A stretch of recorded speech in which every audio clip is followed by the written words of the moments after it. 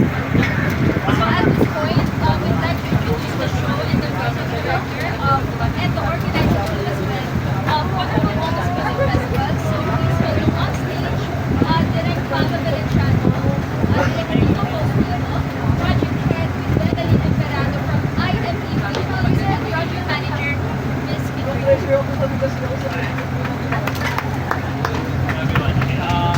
All of the times I'm here.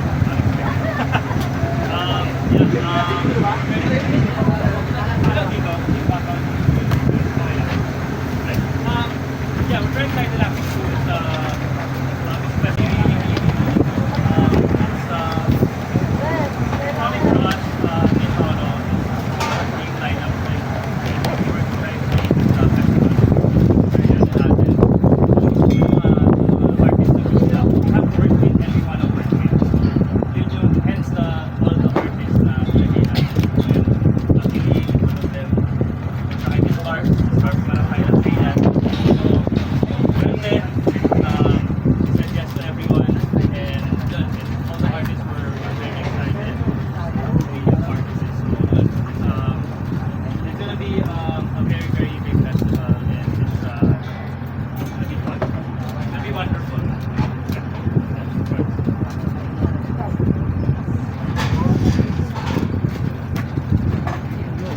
Hi guys, again from the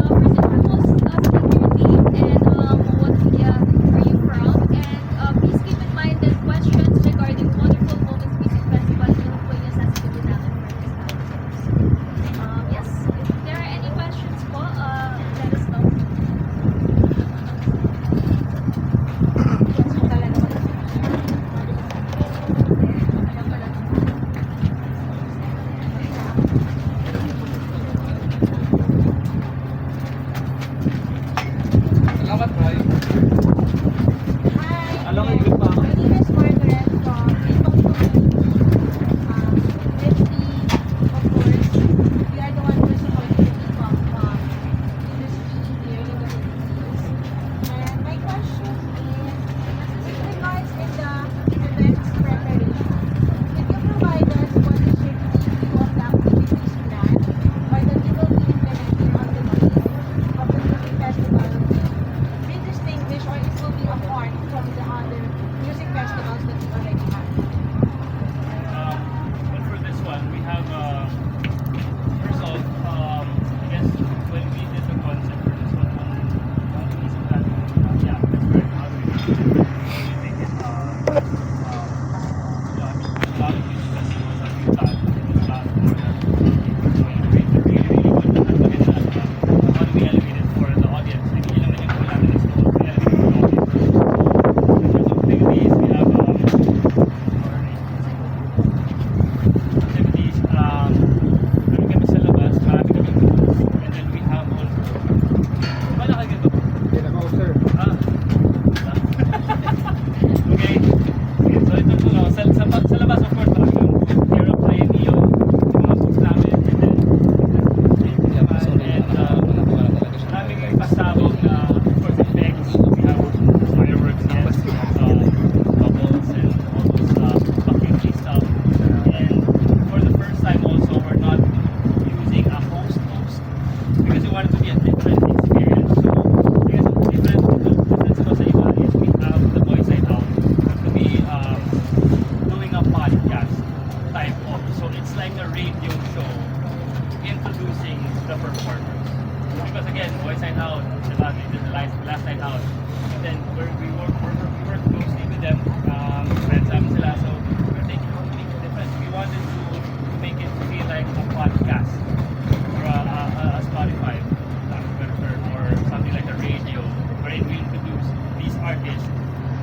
for their songs. So ganun siya. So every gap, hindi siya post.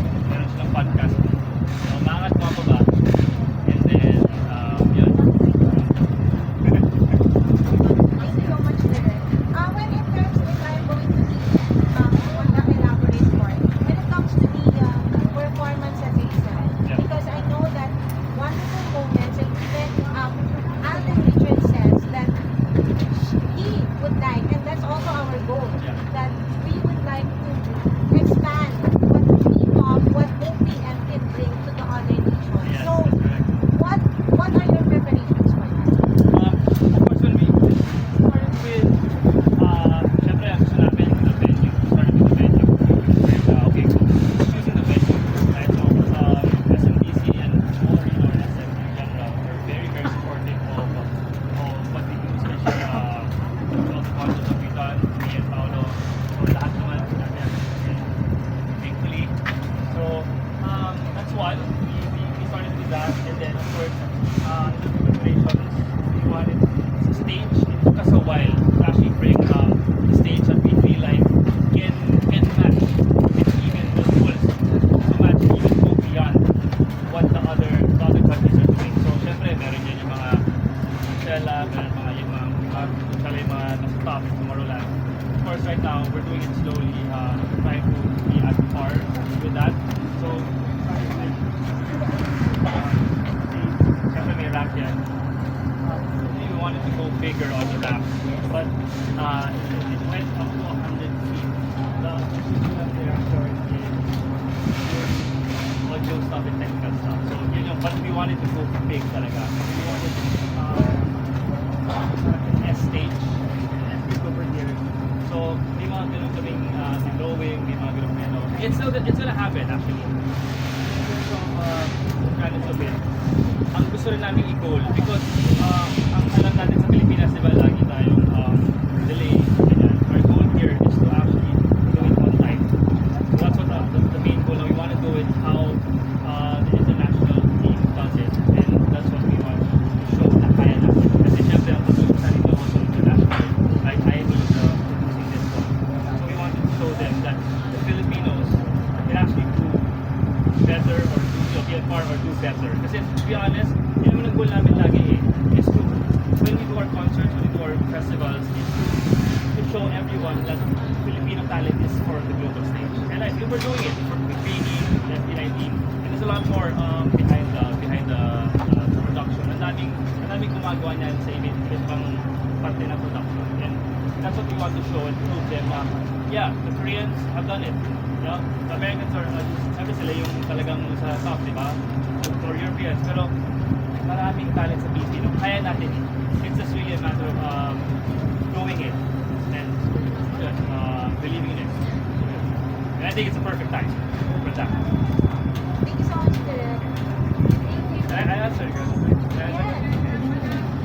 Are there any more questions that our media viewers have in mind? Questions? Pero sige, I have questions on my end. What does a successful Wonderful Moments Music Festival look like? Wow. It's a big Successful one is if nag-enjoy yung tao. And that's very important. The reason why, again, babalik ako, the reason why we're doing this is for the audience. Of course, the performers, they always want to give a good show. They always want to give a good show. We're not here to just, sige, show tayo. We always want to give our best. So, every time we do that, we go on stage, we go on the tech booth, bilang goal namin. And a successful event for us is always when the people enjoy. Walang na-stress, nagpasok pa lang, masaya sila, and then they share their friends, they share their memories. So I guess that's why our producers also call it the wonderful moments, because we want everyone to have a wonderful moment. That's serious, it's not pun intended, but we want everyone to experience a wonderful experience in this. Besides, of course, maraming tao, that's always the best, diba? But imagine a lot of people enjoying, and we've done festivals where it went to 150,000 or a countdown that went up to 170,000 people. Yes, this one can't accommodate that, but still, it will give the same vibe that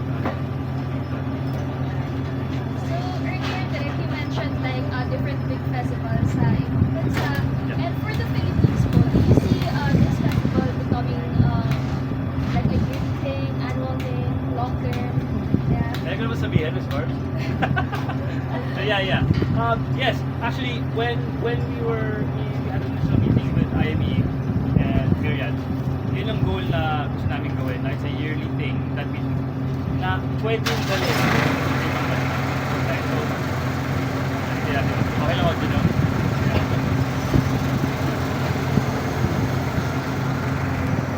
So imagine, an international brand, an international company is actually going here to make a festival from ground up dito sa Pilipinas. Tayo yung pinili nila, hindi Singapore, hindi Korea, hindi Taiwan. Tayo, Philippines, because I know they believe that we are capable of doing it from here and bringing it abroad to different people, like basically touring it. That's the next step.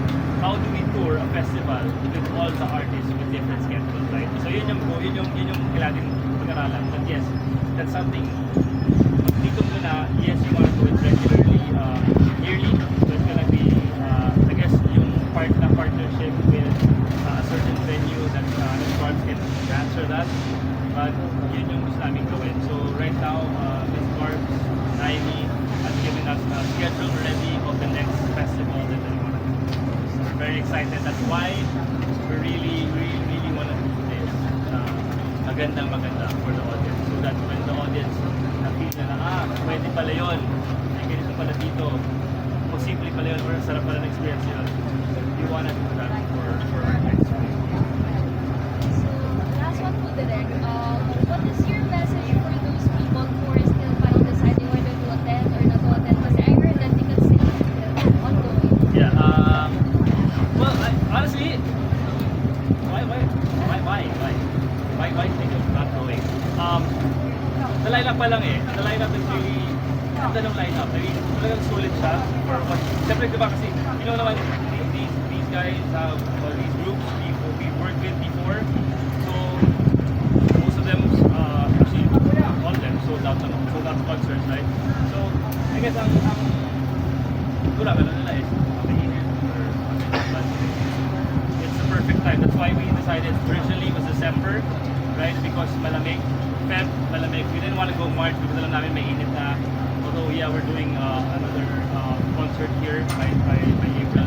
But yes, please do buy because it's gonna be fun. It's gonna be worth your while. It's gonna be an amazing experience for everyone. And good. Pasensya. It's honestly it's a collaborative how do you say that? Collective performances and art from these performers na minsan natin makita kasi bihira sila. I mean, I know there's a lot of festivals na sama-sama sila, but I guess this lineup, and you have Yak Kabucho, Yak Pini, you have what do you call this? You have Bamboo, you have Saraji, you have Tainela, you have Adi, you have Alamat, you have Arthur Neri. Ang ganda ng lineup, and I think all of them, even have Block 9, parang ang ganda nung mix niya, iba-iba. You get to have everyone. Parokya is there, Kamikaze is there. I've worked with most of them, not all of them. And just to be in one, nasabay-sabay sila with different genres. I mean, that's the beautiful part of OPM now. The genre doesn't matter anymore, right? It's everyone's music is universal, and everyone. It doesn't matter if you're a P-pop or a K-pop or a rap fan or an R&B. Na-enjoy mo siya lahat din. And also, these artists also appreciate different types of genres. Hindi na sila yung parang, rockstar ako, dito lang ako. Or rapper ako, dito lang ako. So that's what's beautiful about music and OPM. I believe, I think this is for me, I think now is like the new golden age of OPM because we have different artists, different personalities, different genres. So ang ganda. Parang OPM right now is hindi tayo yung gawin natin to because it sounds like Korean or gawin natin to because it sounds like American. We have our own sound and different also, which is really nice.